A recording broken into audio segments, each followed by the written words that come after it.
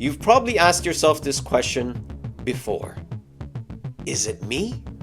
Or is the environment actually toxic? You've tried working harder, communicating better, being more patient, but nothing changes because the problem isn't effort and it isn't competence. Sometimes the real issue is leadership. So the real question becomes, how do you protect yourself without damaging your career?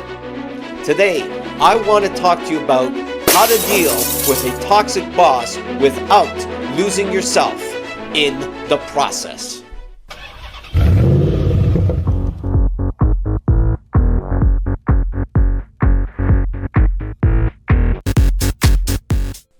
This isn't about quitting impulsively, and it's not about pretending everything is fine. It's about strategy.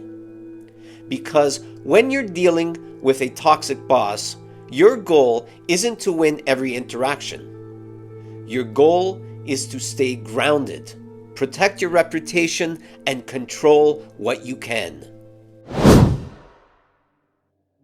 Toxic bosses often feed on emotional reactions. The more you explain, defend, or justify yourself, the more material they have to work with. So simplify your communication.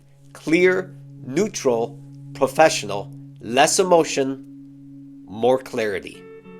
Let's talk about a workplace example.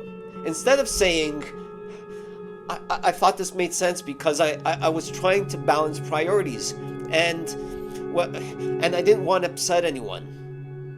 Say this instead. This was based on the timeline and scope we discussed. Then stop. Don't talk anymore. Silence is often stronger than over-explaining. Toxic environments thrive on confusion. Decisions get rewritten. Conversations get denied. Expectations suddenly change.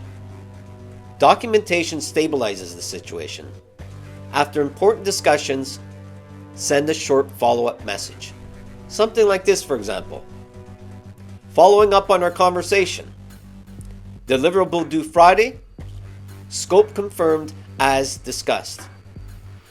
You're not being defensive, you're creating clarity. When expectations constantly shift, slow the moment down. Ask direct questions. For example, what would success look like for this task? Or, which priority should come first? Or, can we confirm the deadline? Toxic bosses often rely on ambiguity. Questions force alignment.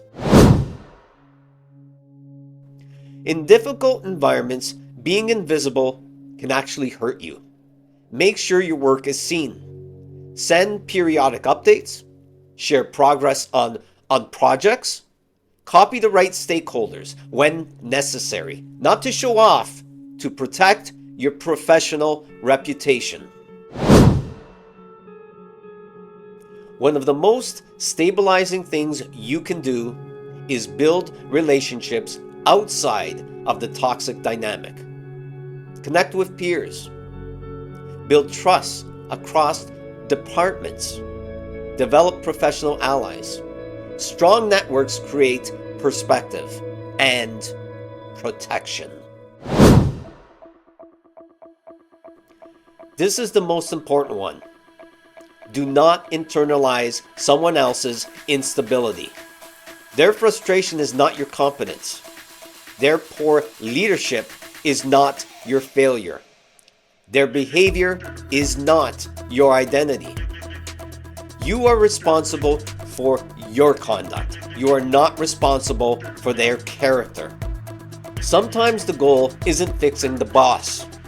Sometimes the goal is navigating the situation with intelligence until your next opportunity appears. Protect your reputation, protect your confidence, protect your options. You don't need to become smaller to to survive a toxic boss. Stay clear, stay professional, stay grounded, and never let someone else's dysfunction convince you that you are the problem.